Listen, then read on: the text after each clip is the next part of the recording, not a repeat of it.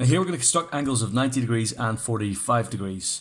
If you've seen some of the previous videos, you might have already worked out how you can do this, because we've already constructed 90 degrees in certain ways when we're doing our bisectors. But I'm going to do this because you'll get asked this as a separate question sometimes. Now here we've got line AB from point A to point B. Now what we need is a right angle from here. So if you've seen previous videos, you might realize we need a little bit extra to help us out to do this. So what we're going to do is we're going to extend line AB. We're going to get as close as possible to it with a sharpest possible drawing implement. And I'm just going to extend that a bit. Let's ghost it a little bit. That looks good to me. That's fine. It's never going to be exactly perfect, but it looks okay. So you can see I've extended that line a little bit. What I'm now going to do, take my compass, and again, what I want is a perpendicular line from this point. So what I'm going to do is go to point A, and I'm going to draw little arcs here and here. And you might remember that key concept in this is that the points I've formed now on line AB and on this extended line, we'll call that AC if we like, are equidistant from A. They're the same distance from A. Okay, so this distance is the same as that distance. That's really important. Now what we're going to do is we're going to take our compass. Again, if we're going to bisect this line exactly in half, what we need to do is make sure that this is slightly more than a half of the total distance of this new line we've formed. So take that, make it a little bit bigger, and we're just going to sweep that around. Again, remember, you've got to have points which lie exactly above and below A to make this work.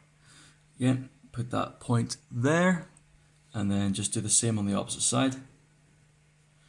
And looks like we're done. All we do, take our ruler, and we see that this point A and this here should form a line. And let's just set that onto here. Looks good to me. And so we will do our line, measure it just to check. Remember, you don't use a protractor to draw this, you've got to do the constructions. Looks pretty good to me. Now, having done that, you can also do a 45-degree line, because 90 degrees is an angle, and all we have to then do is bisect it.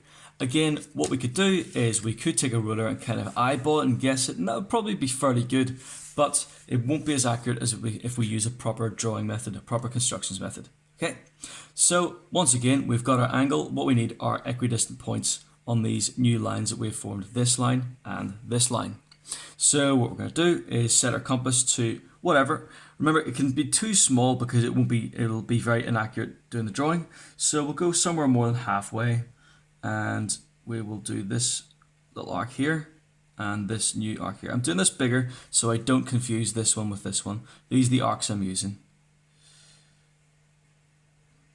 That's one thing somebody might go wrong on, is using the same arcs over again. We've got to use these new ones. Okay, well, we don't have to, but it's kind of better to, because I can't reset my compass to exactly this distance.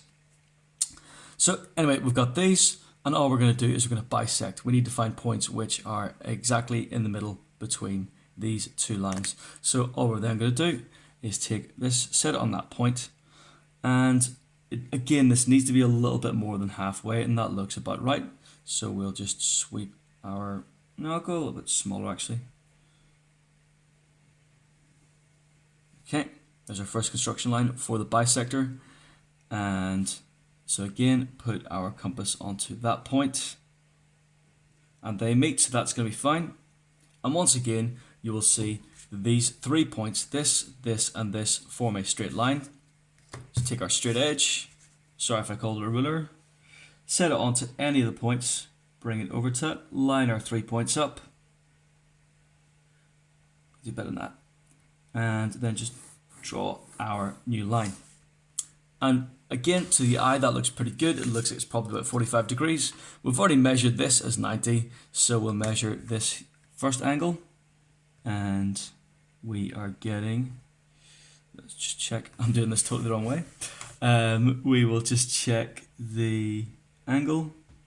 There we go, 45. Great.